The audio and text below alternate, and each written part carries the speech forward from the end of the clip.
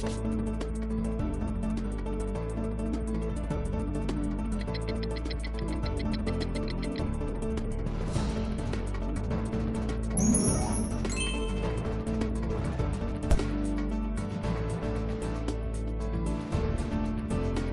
दोस्तों, एक बार फिर ब्राइट कोचिंग के यूट्यूब चैनल पर आपका स्वागत है। मैं प्रवीण सर। जैसा कि हम लोग क्लास 12 फिजिक्स का पहले यूनिट स्थिर विद्युतिकी का पहला चैप्टर आवेश तथा कूलाम का नियम हम लोग स्टार्ट कर चुके थे। इसमें जो हमने आपको 2 लेक्चर पढ़ाया है, 2 लेक्चर में हमने आवेश के बारे में क्या क्या बताया है, आप पहले एक बार रिपीट कर लें, उसके बाद हम लोग फिर आगे बढ़ते हैं। देखें, सबसे पहले आवेश के बारे में हमने आपको बताया था आवेशन की परिभाषा, आवेशन हमने बताया था। उसके बाद फिर हमने आपको बताया था आवेश की परिभाषा, आवेश बताया था। सबसे पहले आवेशन बताया था, उसके बाद आवेश बताया था। उसके बाद फिर हमने आपको आवेश के गुण बताए थे, आवेश के गुण बताए थे। उम्मीद है कि ये सब आपको याद हो चुका होगा, आवेश के गुण। उसके बाद आवेश के हमने आपको मात्रक बताए थे। उसके बाद फिर आवेश की हमने आपको विमा बताई थी। फिर उसके बाद हमने आपको बताया था मूल आवेश, मूल आवेश के बारे में हमने आपको बताया था। और इसके बाद हमने आपको बताया था कि किसी वस्तु को आवेशित करने के ढंग, किसी वस्तु को आवेशित करने के ढंग, यहाँ तक हम आपको बता चुके थे। और हमने बताया था कि किसी वस्तु को आवेशित करने के ढंग में 5 तरीके से किसी वस्तु को आवेशित कर सकते हैं। तो इतने टॉपिक आपको हम पढ़ा चुके हैं। अब आइए चलते हम लोग शुरू करते हैं किसी वस्तु को आवेशित करने के ढंग। देखिए, उम्मीद है कि इतने ये सारे टॉपिक आपको याद हो चुके होंगे, आपको रट चुका होगा। इसमें से कहीं कोई दिक्कत होगी तो आप कमेंट में करके हमसे आप पूछ सकते हैं। चलिए, अब आइए हम लोग शुरू करते हैं। हेडिंग पड़ी थी लास्ट टर्न पे कि किसी वस्तु को आवेशित करने के ढंग, किसी वस्तु को आवेशित करने के ढंग, आवेशित करने के ढंग। तो हमने आपको इसके पिछले वाले लेक्चर में बताया था कि किसी वस्तु को हम लोग 5 तरीके से आवेशित कर सकते हैं, जिसमें से सबसे पहला था आपका घर्षण, दूसरा था आपका चालन, तीसरा था आपका प्रेरण, चौथा था तापान्विक उत्सर्जन और 5वां था प्रकाश वैद्युत प्रभाव। ये 5 हमने लिखे थे। अब उसे सबसे पहला हम लोग शुरू करते हैं। नंबर 1 हेडिंग आपकी है घर्षण द्वारा। सबसे पहला तरीका आपका है घर्षण द्वारा। इसको इंग्लिश में बोलेंगे बाय फ्रिक्शन।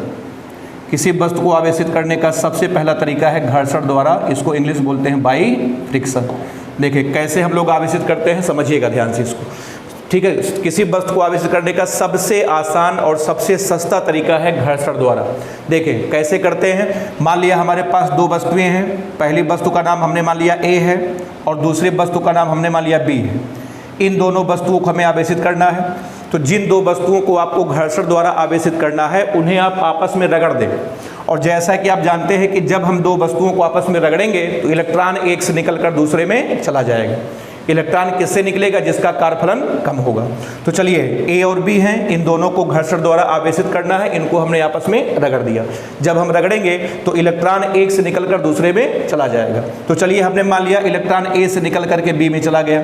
और आपको पता है कि जिस वस्तु से इलेक्ट्रॉन निकलते हैं उस पर आता है धनावेश और जिस वस्तु पर इलेक्ट्रॉन जाते हैं उस पर आता है ऋणावेश। तो हमने मान लिया कि A से 7 इलेक्ट्रॉन निकले हैं, तो A पर आपका 7 प्लस आ गया, 1 2 3 4 5 6 और 7। और इसी प्रकार B पर आ जाएगा 7 माइनस। ये देखिए वस्तु B है, 1 2 3 4 5 6 और 7। A पर 7 प्लस आ गया, B पर 7 माइनस आ गया।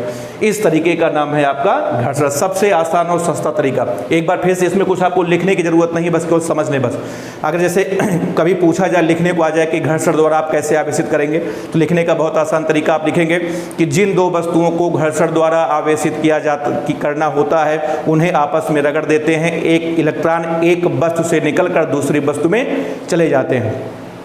जिस वस्तु से इलेक्ट्रॉन निकलते हैं उस पर धन आवेश और जिस वस्तु पर इलेक्ट्रॉन पहुंचते हैं उस पर ऋण आवेश आ जाता है। यही घर्षण की प्रक्रिया है।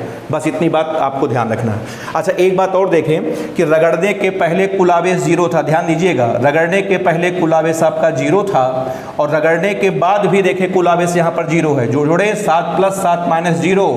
तो रगड़ने के पहले भी कुल आवेश 0 था, रगड़ने के बाद भी कुल आवेश 0 है। इसका मतलब है कि आवेश को ना तो उत्पन्न किया जा सकता है और ना ही नष्ट किया जा सकता है, ये बात हम आपको पहले ही बता चुके हैं। इसे हम लोग कहते हैं आवेश के संरक्षण का सिद्धांत। तो ये तरीका आपका है घर्षण द्वारा। एक बार फिर से, जिन दो वस्तुओं को घर्षण द्वारा आवेशित करना है उन्हें आपस में रगड़ देते हैं, इलेक्ट्रॉन एक से निकलकर दूसरे में चले जाते हैं। जिस वस्तु इलेक्ट्रॉन निकलते हैं उस पर धन आवेश और जिस वस्तु पर इलेक्ट्रॉन जाएंगे उस पर ऋण आवेश आ जाएगा। यही घर्षण की प्रक्रिया है। रगड़ने के पहले भी कुल आवेश 0 था, रगड़ने के बाद भी कुल आवेश 0 है। इसलिए अतः हम कह सकते हैं कि आवेश को ना तो उत्पन्न कर सकते हैं और ना ही नष्ट किया जा सकता है। इसे कहते हैं आवेश के संरक्षण का सिद्धांत। चलिए, घर्षण द्वारा किसी वस्तु को कैसे आवेशित किया जाता है आपको समझ में आ गया होगा। अच्छा हाँ, एक जानकारी आपको हम बताएं घर्षण के बारे में कि घर्षण द्वारा केवल हम लोग कुचालकों या अचालकों को ही आवेशित कर सकते हैं। आप इसको ध्यान रखिएगा। तो यहाँ पर ये पॉइंट हम उसके नीचे लिख दे रहे हैं, स्टार बना करके देखें। यहाँ पर हम लिख रहे हैं कि घर्षण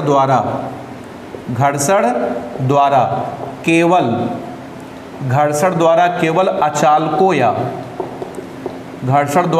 अचालकों या कुचालकों को ही आवेशित किया जा सकता है। अचालकों या कुचालकों को ही आवेशित किया जा सकता है। ये पॉइंट आप ध्यान रखिएगा घर्षण के बारे में। आवेशित किया जा सकता है। जैसे कौन कौन है आपको हम बताते हैं। जैसे आपका हो गया प्लास्टिक, जैसे आपका प्लास्टिक हो गया, उसके बाद कांच हो गया,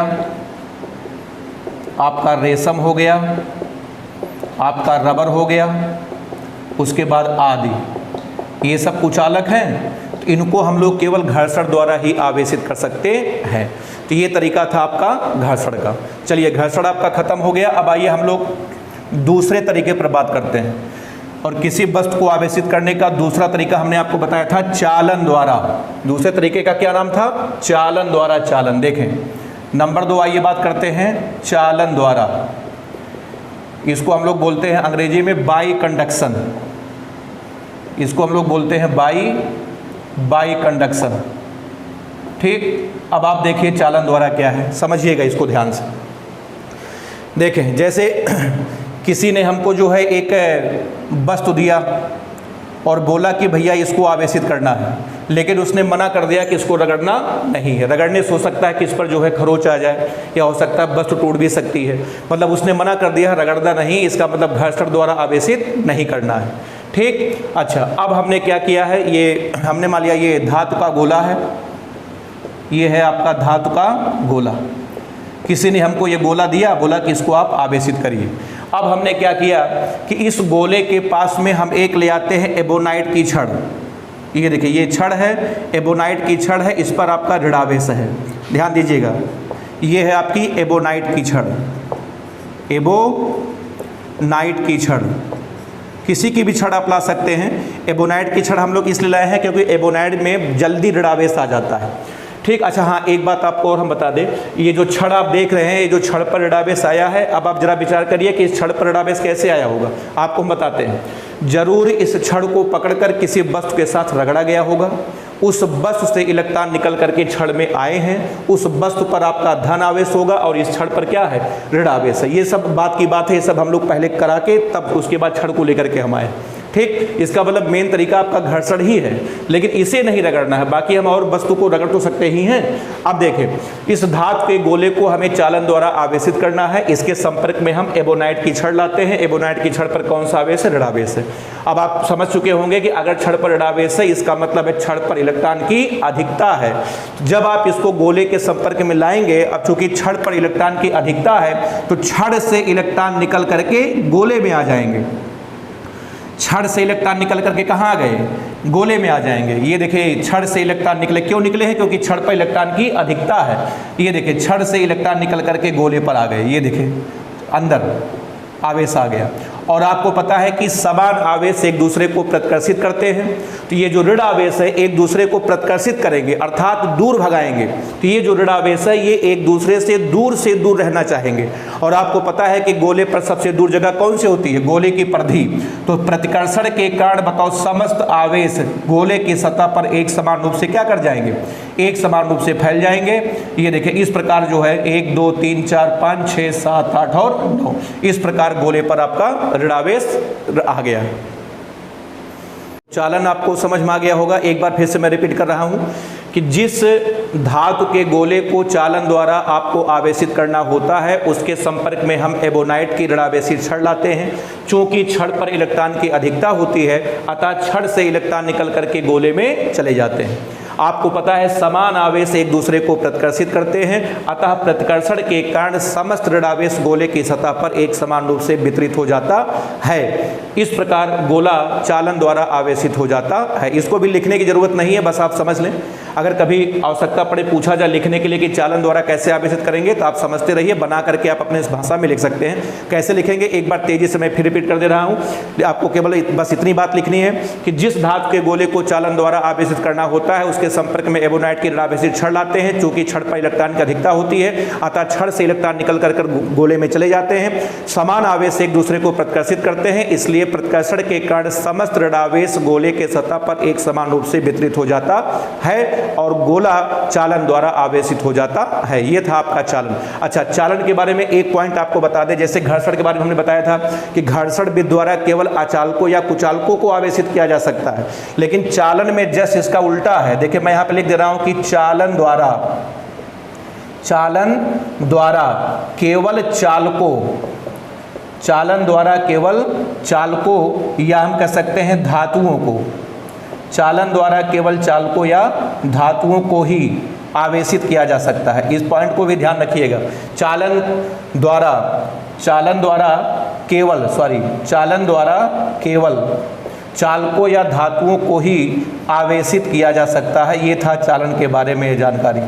आवेशित किया जा सकता है, ठीक। वैसे भी चालन के बहुत सारे एग्जाम्पल हमारे दैनिक जीवन में हैं। जैसे देखिए पहला एग्जाम्पल आपको बताएं कि जितनी भी बीमारियां होती है करीब 60% से ऊपर की बीमारी चालन द्वारा ही होती है। जैसे हाथ मिलाने से, जैसे सर्दी जुकाम हो गया, किसी को सर्दी जुकाम है, आप उसके संपर्क में गए, उससे हाथ मिलाएं तो चालन के द्वारा जीवाणु उसके शरीर से निकल करके आपके शरीर में आ जाते हैं। ये सब चालन के एग्जाम्पल है। दूसरा एग्जाम्पल चालन का है, जैसे हम लोग पैर छूते हैं। पैर हम लोग किसका छूते हैं? जो हमसे गुण में श्रेष्ठ होते हैं।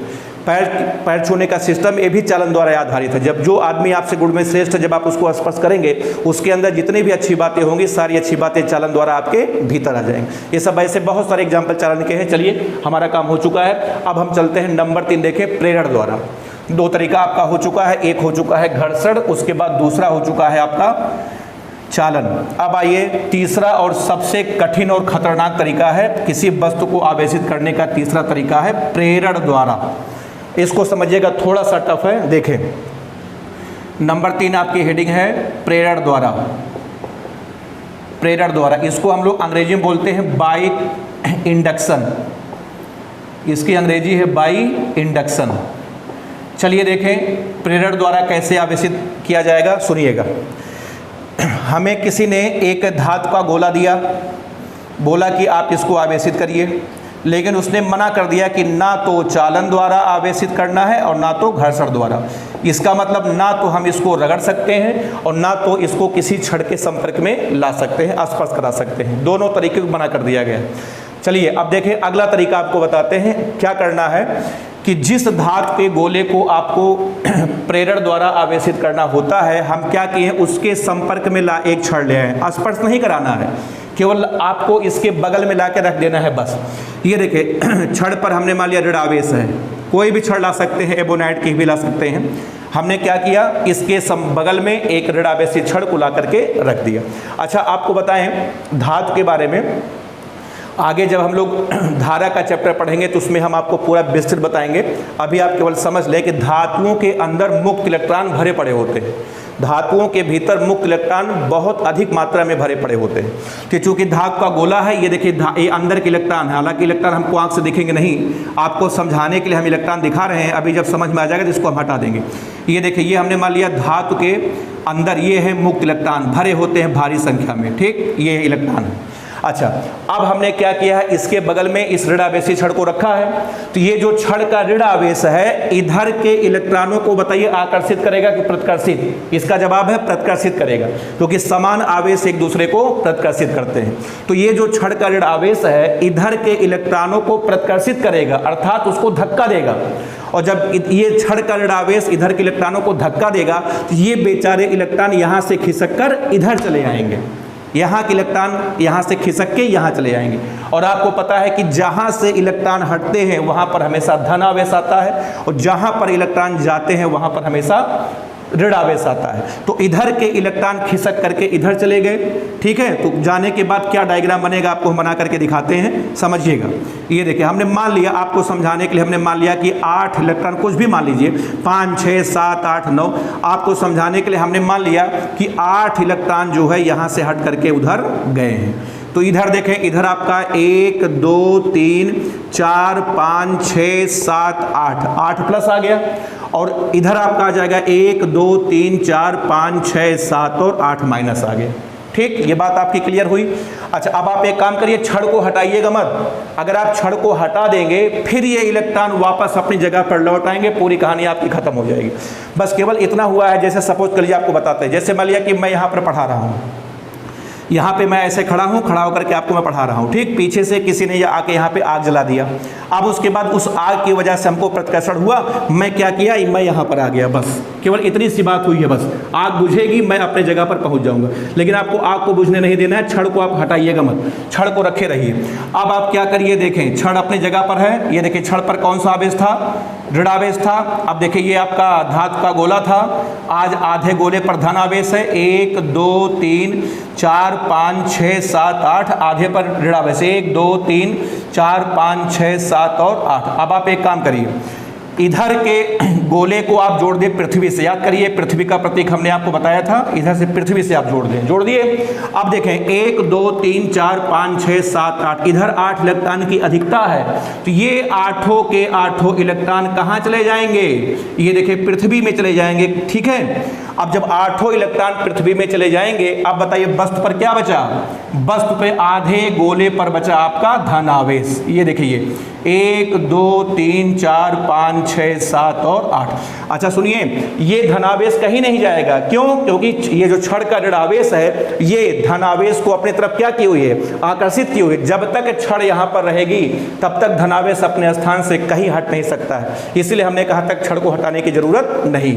अब बताइए आधे गोले पर क्या बचा, धनावेश। और आपको पता है कि समान आवेश एक दूसरे को क्या करते हैं, प्रतिकर्षित करते हैं। ये सारे के सारे आवेश जब एक दूसरे को प्रतिकर्षित करेंगे और प्रतिकर्षित करने के चक्कर में पूरे गोले पर फैल जाएंगे। ये देखिए, ये देखिए पूरे के पूरे गोले पर फैल गए हैं, 1 2 3 4 5 6 7 और 8। ये देखिए इस प्रकार गोला प्रेरण के द्वारा आपका आवेशित हो चुका है।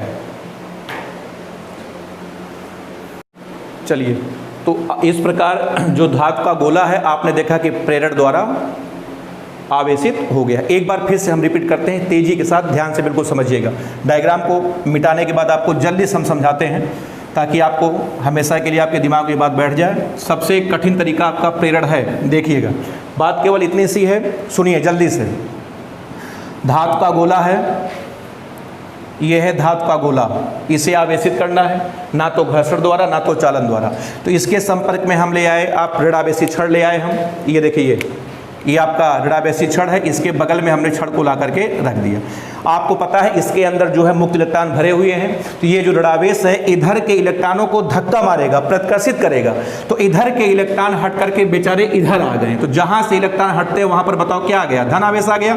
1 2 3 4 5 6 7 8, 1 2 3 4 5 6 7 और 8, और यहाँ पर 1 2 3 4 5 6 7 8 ऋण आवेश आ गया। अब आप एक काम करिए, इधर के भाग को कहाँ से जोड़ दें, पृथ्वी से जोड़ दें। तो ये सारे के सारे 8 के 8 इलेक्ट्रॉन कहाँ चले गए, ये देखिए 8 इलेक्ट्रॉन आपके चले गए पृथ्वी में। अब बताइए आधे गोले पर क्या बचा, केवल धनावेश बचा आधे गोले पर। ये देखें 1 2 3 4 5 6 7 और 8। और आपको पता है कि समान आवेश एक दूसरे को प्रतिकर्षित करते हैं, तो प्रतिकर्षित करने के चक्कर में ये सारा का सारा आवेश बताओ पूरे गोले पर क्या कर गया, फैल गया। 1 2 3 4 5 6 7 और 8। ये है तरीका आपका प्रेरण।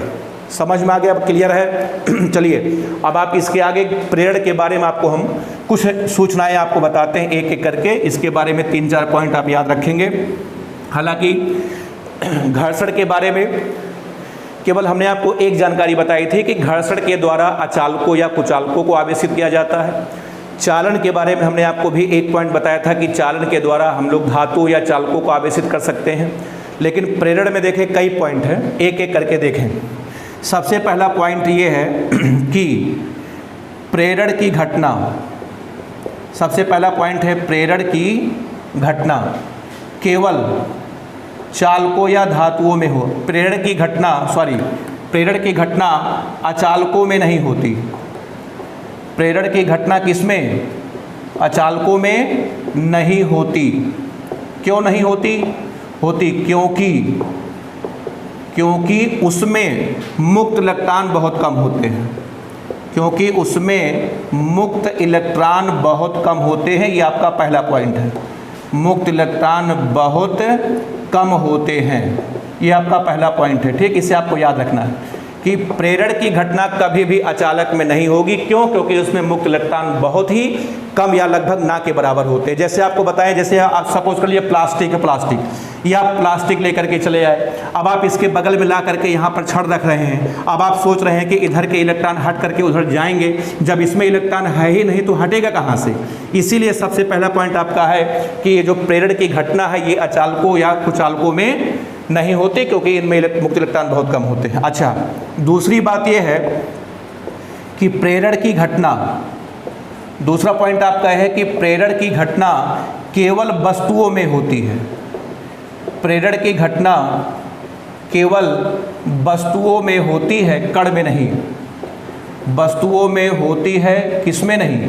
कण में नहीं। इसको भी याद रखना है कि जैसे कण है, कण को आप प्रेरण द्वारा आवेशित नहीं कर सकते, ठीक है। तो प्रेरण की घटना केवल वस्तुओं में होती है, कण में नहीं। अच्छा, तीसरी बात यह है, आपने देखा होगा कि अभी कुछ देर पहले जब आप धातु के गोले के बगल में आपने एक ऋणावेशी छड़ लाए थे, तो देखें जिस छड़ को आप लाते हैं ना तो ये इलेक्ट्रॉन देता है ना तो ये इलेक्ट्रॉन लेता है। तो जिस छड़ को आप लाते हैं उसके आवेश के मान में कोई परिवर्तन नहीं होता। आपने इसको केवल बगल में रखा था, बस इसने केवल यहाँ के इलेक्ट्रॉनों को प्रतिकर्षित किया था, धक्का मारा था। ना तो छड़ ने इलेक्ट्रॉन दिया है ना तो छड़ ने इलेक्ट्रॉन लिया है। इसका मतलब हम तीसरे पॉइंट में ये कह सकते हैं कि लाए गए, तीसरा पॉइंट आपका है, ऐसे सब नोट्स में एक एक पॉइंट करके लिखिएगा सब। लाए गए छड़ के आवेश के मान में, लाए गए छड़ के आवेश के मान में कोई परिवर्तन नहीं होता। लाए गए छड़ के आवेश के मान में कोई परिवर्तन नहीं होता। ये था आपका पॉइंट नंबर 3। चलिए चौथा पॉइंट आपको हम बताते हैं, देखिएगा। चौथा पॉइंट आपका ये है कि अभी आपने देखा था कि आप ऋणावेशी छड़ को लाए थे, ठीक, और उसके बाद अंत में सबसे लास्ट में गोले पर आपका धनावेश आ गया था। तो प्रेरण में ये सबसे महत्वपूर्ण जानकारी ये है कि गोले पर जो आवेश आएगा हमेशा छड़ के आवेश का विपरीत आएगा। आपने अपनी आंखों से देखा भी कि आप ऋण आवेशी छड़ लाए थे, बताओ गोले पर क्या आया है? गोले पर धन आवेश आया है। तो हमेशा ध्यान रखिए, अगर आप ऋण छड़ लाते हैं तो आप गोले पर धन पाएंगे, अगर आप धन छड़ लाते हैं तो गोले पर क्या पाएंगे? ऋण पाएंगे। तो आप इस पॉइंट को कैसे लिखेंगे कि गोले पर जो उत्पन्न आवेश होगा वो छड़ के आवेश का हमेशा विपरीत प्रकृति का होगा। इसी पॉइंट को हम यहाँ पर लिख रहे हैं। इसका मतलब गोले पर आवेश सदैव, चौथा पॉइंट आपका है गोले पर आवेश सदैव, गोले पर आवेश सदैव छड़ के आवेश का विपरीत होगा। छड़ के आवेश का क्या होगा? विपरीत होगा। कितने पॉइंट हो गए? 4 पॉइंट हो गए। अभी आपको हम 2 पॉइंट आप और बताते हैं, आप इसको जल्दी से सब लोग नोट कर लें। 4 पॉइंट आपका है। पहला पॉइंट, प्रेरण की घटना अचालकों में नहीं होती क्योंकि उनमें मुक्त इलेक्ट्रॉन बहुत कम होते हैं। दूसरी बात, प्रेरण की घटना केवल वस्तुओं में होती है, कण में नहीं। नंबर 3, जिस छड़ को आप लाते हैं लाए गए छड़ के आवेश के मान में कोई परिवर्तन नहीं होता क्योंकि ना तो इलेक्ट्रॉन देता है ना तो इलेक्ट्रॉन लेता है। चौथी बात, गोले पर जो आवेश आएगा सदैव छड़ के आवेश का हमेशा क्या आएगा? विपरीत आएगा। कितने पॉइंट हो गए? 4 पॉइंट हो गए। अब आपको हम 5वां पॉइंट बताते हैं। 5वां आप देखिएगा, अभी 2 पॉइंट आप और है। सारी जानकारी एक एक करके सूचना आप एकत्रित करिए, सब याद रख करके बैठिए सब। देखें 5वां पॉइंट आपका ये है कि 5वां पॉइंट देखें, गोले पर जो धनावेश आया था, अभी आपने देखा था गोले पर 1 2 3 4 5 6 7 और 8, ठीक है। और गोले के संपर्क में आप किसको लाए थे? छड़ को लाए थे। तो देखें, अगर हमने मान लिया छड़ पर 10 कूलाम का आवेश है, छड़ पर कितना आवेश मान लिया? 10 कूलाम का आवेश है, तो गोले पर जो आवेश आएगा या तो 10 कूलाम से कम होगा या तो उसके बराबर होगा, कभी भी 10 कूलाम से ज़्यादा नहीं हो सकता। भाई गोले पर जो आवेश उत्पन्न हुआ उसका जिम्मेदार कौन है? छड़ है। तो गोले पर जो आवेश उत्पन्न हुआ है उसका मान कभी भी छड़ के आवेश से ज़्यादा नहीं हो सकता, या तो 10 कूलाम से कम होगा या तो 10 कूलाम के बराबर होगा। इस पॉइंट को हम 5वें पॉइंट में आपको लिख करके बता रहे हैं। देखें, इसको हम लोग ऐसे लिखेंगे कि गोले पर उत्पन्न आवेश गोले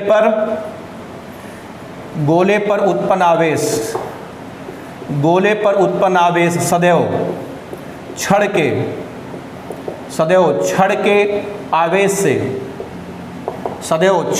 आवेश से कम या बराबर होगा।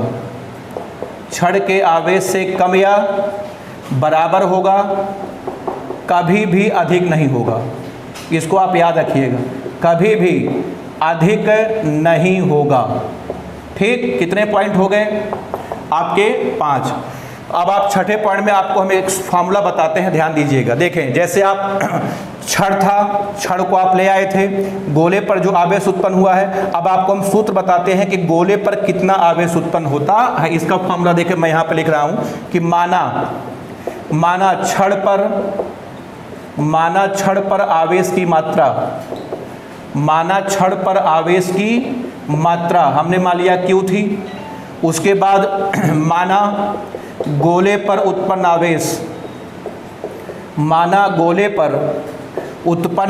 आवेश ये हमने मान लिया आपका Q डैश है।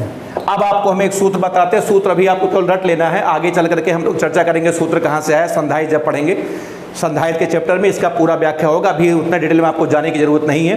देखिए, माना छड़ पर आवेश की मात्रा Q है और माना गोले पर उत्पन्न आवेश कितना है? Q डैश है। तो देखिए, Q डैश का फॉर्मूला मैं आपको बता रहा हूँ, Q डैश बराबर होता है Q इंटू 1 - 1 अपान K।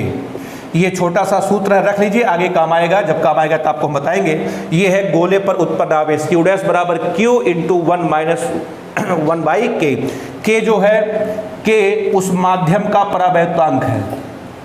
K का नाम है माध्यम का परावैद्युतांक। अभी कूलाम के नियम जब हम लोग पढ़ेंगे तो उसमें इसकी चर्चा हम लोग डिटेल में करेंगे, अभी आपको समझने की जरूरत नहीं है, बस आप इसका नाम याद रखिए। K क्या है? K है माध्यम का परावैद्युतांक। ये पूरी घटना थी। प्रेरण सबसे कठिन और सबसे खतरनाक तरीका आपका प्रेरण था। एक बार फिर से आपको रिपीट करते हैं। जिस धातु के गोले को प्रेरण द्वारा आवेशित करना होता है उसके बगल में आप एबोनाइट की ऋणावेशित छड़ ला करके रख दीजिए।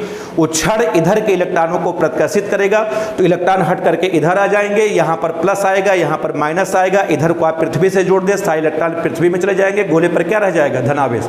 6 छोटे छोटे पॉइंट हमने आपको बताया। नंबर 1, प्रेरण द्वारा अचालक को आवेशित नहीं किया जा सकता है क्योंकि उसमें मुक्त इलेक्ट्रॉन बहुत कम होते हैं। नंबर 2, प्रेरण की घटना वस्तुओं में होती है, कण में नहीं होती है। नंबर 3, जिस छड़ को आपने पास लाया था वो ना देता है ना लेता है, अतः उसके आवेश के मान में कोई परिवर्तन नहीं होता। नंबर 4, गोले पर जो उत्पन्न आवेश होगा हमेशा छड़ के आवेश का विपरीत होगा। अगर आप प्लस छड़ लाएंगे तो माइनस आएगा, माइनस छड़ लाएंगे तो प्लस आएगा। उसके बाद 5वां पॉइंट आपका था कि गोले पर जो उत्पन्न आवेश होगा या तो छड़ के आवेश से कम होगा या तो उसके बराबर होगा। और नंबर 6 में एक छोटा सा फॉर्मूला है, Q डैश बराबर Q इंटू 1 - 1 बाई K। ये आवेश गोले पर आएगा। तो ये घटना थी आपकी प्रेरण। 3 तरीके आपके हो चुके, घर्षण, चालन और प्रेरण। तो किसी वस्तु को आवेशित करने के 3 तरीके आपके हो चुके, घर्षण, चालन और प्रेरण। अब आइए चलते हैं चौथा तरीका। चौथा तरीका आपकी चौथी हेडिंग है तापायनिक उत्सर्जन द्वारा। तापायनिक उत्सर्जन द्वारा, ये सब बहुत आसान तरीके हैं। देखें, तापायनिक उत्सर्जन द्वारा, इसको हम लोग बोलते हैं by thermionic emission. By thermionic emission, इसको आप समझिए। देखें, तापायनिक उत्सर्जन क्या है समझिएगा। जैसे हमने सपोज कर लिया, कोई मान लिया कोई धातु का टुकड़ा है, ये देखिए धातु का टुकड़ा है ये। अब आपको पता है कि धातु के अंदर मुक्त इलेक्ट्रॉन भरे पड़े होते हैं, बहुत अधिक मात्रा में भरे पड़े होते हैं। धातुओं में मुक्त इलेक्ट्रॉन की संख्या बहुत ही ज़्यादा होती है। अब इसे हमें आवेशित करना है, तो आप एक काम करिए, धातु के टुकड़े को गर्म कर दीजिए, गर्म।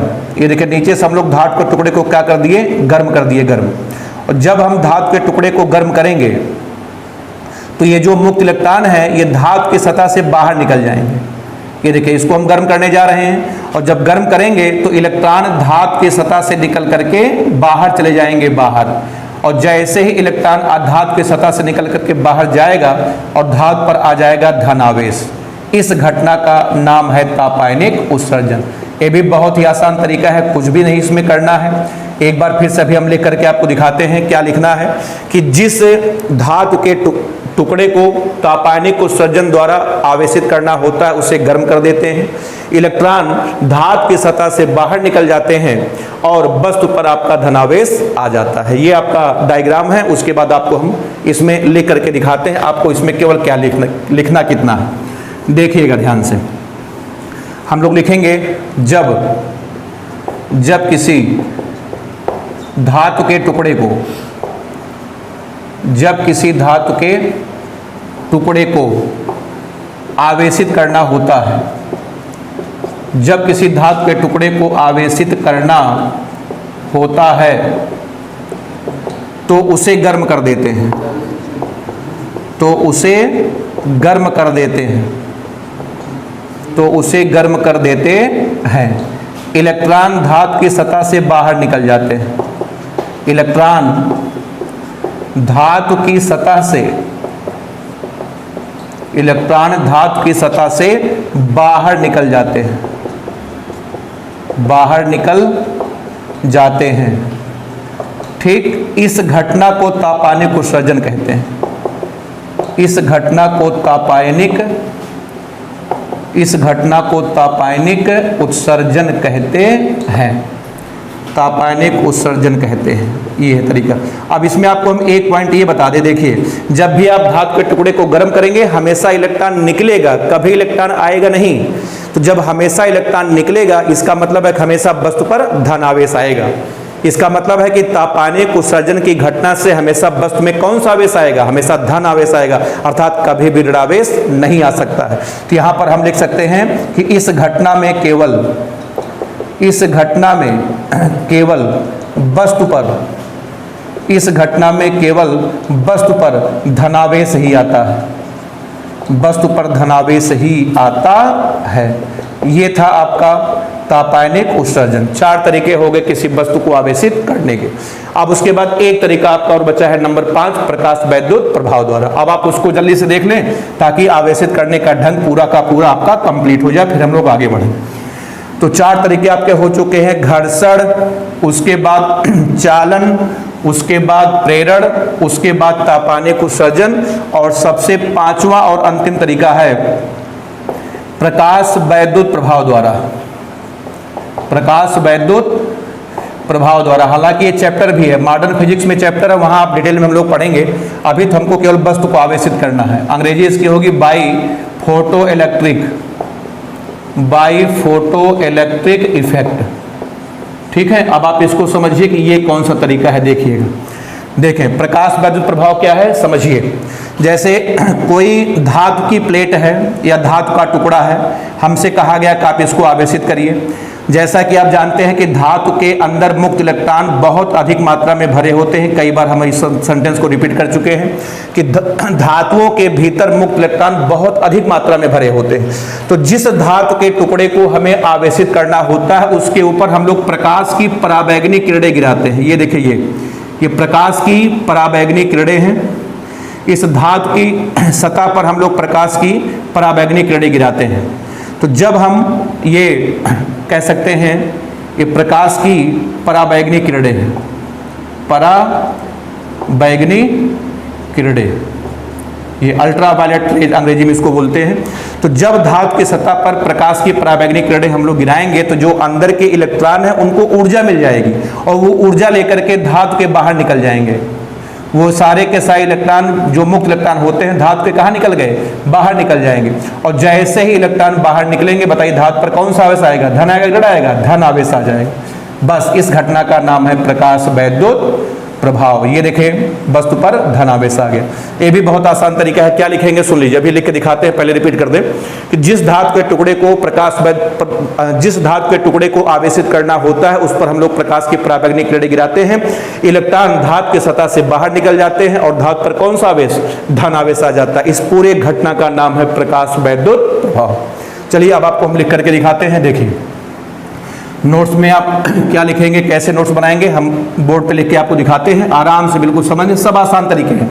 वही बस केवल प्रेरण का तरीका ही थोड़ा सा टफ था। देखें यहाँ पर मैं लिख रहा हूं कि जब किसी धातु के टुकड़े को, जब किसी धातु के टुकड़े पर प्रकाश की पराबैंगनी किरणें, धातु के टुकड़े पर प्रकाश की पराबैंगनी किरणें आपतित कराते हैं, किरणें आपतित कराते हैं, तो इलेक्ट्रॉन धातु की सतह से,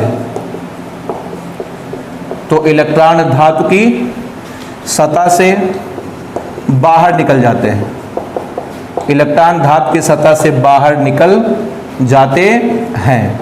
इस घटना को, ये जो घटना आपके सामने हुई है, इस घटना को प्रकाश वैद्युत प्रभाव कहते हैं। इस घटना का नाम क्या है, प्रकाश वैद्युत प्रभाव कहते हैं। बस इतनी सी बात है। अच्छा एक पॉइंट और आपको इसमें हम बता दें कि इस विधि में भी चूंकि जब आप पराबैंगनी किरणें गिराएंगे तो हमेशा इलेक्ट्रॉन निकलेंगे, और जब इलेक्ट्रॉन निकलेंगे तो वस्तु पर हमेशा कौन सा आवेश आएगा, धनावेश आएगा। तो हम कह सकते हैं कि इस विधि में भी धातु पर हमेशा धनावेश आएगा, अर्थात कभी भी ऋणावेश नहीं आ सकता है। तो हम कह सकते हैं, यहाँ पर सेंटेंस लिख रहे हैं कि इस विधि द्वारा भी क्यों लगाया हमने, क्योंकि ये बात तापानिक उत्सर्जन में भी हम बता चुके हैं। इस विधि द्वारा भी धातु पर केवल धनावेश आता है, केवल धनावेश ही आ सकता है। बस ये है आपको किसी वस्तु को आवेशित करने के 5 तरीके: घर्षण, चालन, प्रेरण, तापानिक उत्सर्जन और प्रकाश वैद्युत प्रभाव। चलिए किसी वस्तु को आवेशित करने के ढंग आप पढ़ चुके हैं, समझ में आ गया होगा, सब रट डालिए। 5 तरीके हैं। अब आइए हम लोग अगली हेडिंग की तरफ चलते हैं। अगली हेडिंग का नाम है कि 2 बिंदु आवेशों को, अगली हेडिंग आपकी है 2 बिंदु आवेशों को तार से जोड़ना। अगली हेडिंग का नाम है 2 बिंदु आवेशों को तार से जोड़ना। अब आप इसको समझिए। देखें जैसे हमने मान लिया कि कोई बिंदु आवेश है, बहुत छोटा आवेश है, बिंदु आवेश का मतलब बहुत ही छोटा आवेश। ये आवेश आपका हमने मान लिया Q1 है, और ये देखिए ये दूसरा आपका बिंदु आवेश बहुत छोटा आवेश है, ये है आपका Q2। इन दोनों को हमने एक तार से जोड़ दिया, ठीक है, जोड़ दिया या दोनों को स्पर्श करा दिया, एक ही बात है। चाहे आप तार से जोड़ दें या दोनों को स्पर्श करा करके हटा दें, बात एक ही है। इन दोनों को हमने एक तार से जोड़ दिया।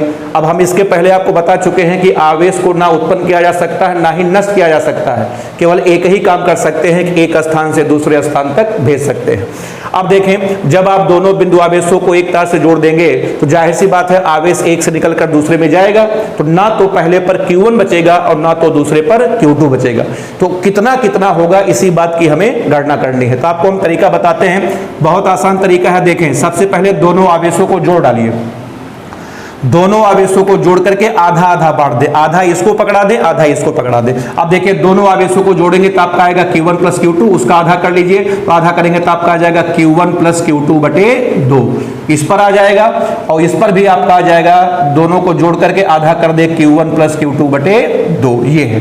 तो आज के बाद किसी भी न्यूमेरिकल में प्रश्न में 2 बिंदु आवेशों को एक तार से जोड़ा जाए या स्पर्श करा के हटा दिया जाए तो आपको क्या करना है, दोनों आवेशों को जोड़ करके आधा आधा बांट दे। एग्जाम्पल से हम आपको और क्लियर कराते हैं। एग्जाम्पल नंबर फर्स्ट, जैसे मान लिया कि पहला बिंदु आवेश आपका है 10 कूलाम का, ये देखिए 10 कूलाम। उसके बाद ये देखिए दूसरा बिंदु आवेश आपका है 20 कूलाम का। ये देखिए दोनों को हमने एक तार से जोड़ दिया। अब जोड़ने के बाद आपसे पूछा जाए आवेश दोनों पर कितना कितना आएगा, तो अभी हमने तरीका बताया, आप दोनों को जोड़ डालिए, कितना हुआ 30, आधा आधा बांट दें, तो 30 का आधा कितना हुआ 15। तो इसका मतलब पहले वाले पर आपका आ जाएगा 15 कूलम और उसके बाद दूसरे वाले पर भी आपका आ जाएगा 15 कूलम। ये पहला एग्जाम्पल है। अगला एग्जाम्पल देखें, एक और आपको करके दिखाते हैं। एग्जाम्पल नंबर आपका 2 देखें। जैसे हमने मान लिया कि एक आवेश आपका है 10 कूलम और उसके बाद दूसरा आवेश आपका है -20 कूलम। ये देखिए -20 कूलम, दोनों को हमने एक तार से जोड़ दिया। अब पूछा जाए कि जोड़ने के बाद आवेश कितना कितना आएगा, दोनों को जोड़ डालिए, जोड़ेंगे कितना आएगा -10 आएगा, आधा आधा बांट दे, -10 का आधा कितना होता है -5। ये देखिए इस पर आपका आ गया -5 कूलम और इस पर भी आपका आ गया -5 कूलम। ये है तरीका। ये था आपका 2 बिंदु आवेशों को तार से जोड़ना। अब हम लोग आगे बढ़ते हैं। अगली हेडिंग है आवेश का क्वांटीकरण। अगली हेडिंग है आवेश का क्वांटीकरण, या इसका एक नाम और होता है क्वांटीकरण, या हम कह सकते हैं परमाणुकता। क्वांटीकरण को परमाणुकता के नाम से भी जानते हैं। आवेश का क्वांटीकरण या परमाणुकता, इसको अंग्रेजी में बोलते हैं quantization of charge. Quantization of charge. अब आप इसको समझ ले, बहुत छोटी सी बात है, इसमें कुछ ज़्यादा दिक्कत आपको नहीं होगी। एक छोटा सा सेंटेंस है, बस आप इसी को आपको याद रखना है। देखें, हमें पता है कि जितनी भी वस्तुएं होती हैं सभी वस्तुओं के अंदर इलेक्ट्रॉन होते हैं। अब देखें, जैसे मान लिया कि वस्तु में अगर हमने सपोज कर लिया कि 1 इलेक्ट्रॉन है, 1 इलेक्ट्रॉन, तो वस्तु पर जो आवेश होगा वह 1 इलेक्ट्रॉन के आवेश के बराबर होगा। अगर वस्तु में 2 इलेक्ट्रॉन है तो वस्तु पर आवेश कितना होगा, 2 इलेक्ट्रॉन के बराबर होगा। अगर 3 इलेक्ट्रॉन है तो वस्तु पर आवेश 3 इलेक्ट्रॉन के बराबर होगा। तो कहने का मतलब यह है कि जितनी भी वस्तुएं हैं सभी वस्तुओं में इलेक्ट्रॉन हमेशा पूर्ण संख्या में होंगे। या तो किसी वस्तु में 1 इलेक्ट्रॉन होगा, 2 होगा, 3 होगा, 4 होगा, 5 होगा, 10 होगा, 20 होगा, 50 होगा, ऐसे मतलब हमेशा इलेक्ट्रॉन पूर्ण संख्या में होंगे। कभी भी इलेक्ट्रॉन भिन्नात्मक नहीं होगा। ये आपको नहीं मिलेगा किसी वस्तु में 1/2 इलेक्ट्रॉन है या 1/3 इलेक्ट्रॉन है, ऐसा कभी नहीं होगा। इसका मतलब ये हुआ कि जितनी भी वस्तुएं हैं हर वस्तु में इलेक्ट्रॉन हमेशा पूर्ण संख्या में होगा। और जब इलेक्ट्रॉन पूर्ण संख्या में होगा तो हर वस्तु पर जो आवेश होगा वह इलेक्ट्रॉन के आवेश का हमेशा पूर्ण गुणज होगा। सपोज कर लिया कि अगर 1 इलेक्ट्रॉन है तो आवेश होगा 1e, 2 इलेक्ट्रॉन है तो 2e, 3 है तो 3e। इसका मतलब यहां पर जो संख्या आएगी हमेशा पूर्ण संख्या आएगी, हमेशा पूर्ण संख्या आएगी। इसका मतलब कि हर वस्तु में इलेक्ट्रॉन हमेशा पूर्ण संख्या में होंगे। इसलिए जितनी भी वस्तुएं हैं सभी वस्तुओं पर जो आवेश होगा वो हमेशा इलेक्ट्रॉन के आवेश का पूर्ण गुणज होगा। इसी बात को हम लोग कहते हैं आवेश का क्वांटीकरण या आवेश की परमाणुकता। अब देखें इसको हम लोग कैसे लिखेंगे, समझ लें। छोटा सा सेंटेंस है, यहां पर इसको हम लिख रहे हैं कि प्रत्येक वस्तुओं में इलेक्ट्रॉन सदैव, प्रत्येक वस्तुओं में इलेक्ट्रॉन सदैव पूर्ण संख्या में होते हैं। प्रत्येक वस्तुओं में इलेक्ट्रॉन सदैव पूर्ण संख्या में होते हैं। अतः प्रत्येक वस्तु पर आवेश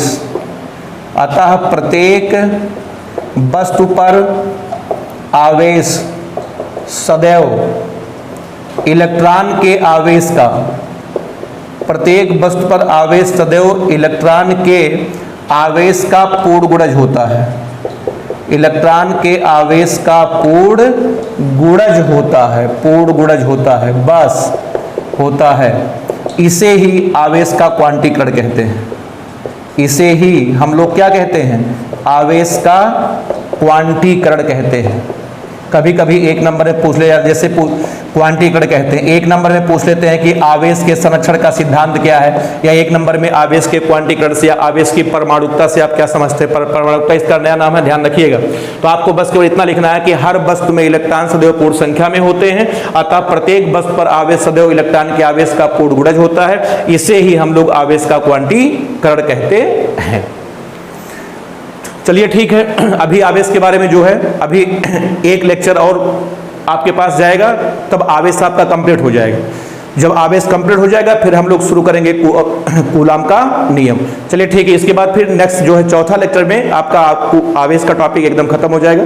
तब तक के लिए ठीक है, थैंक यू।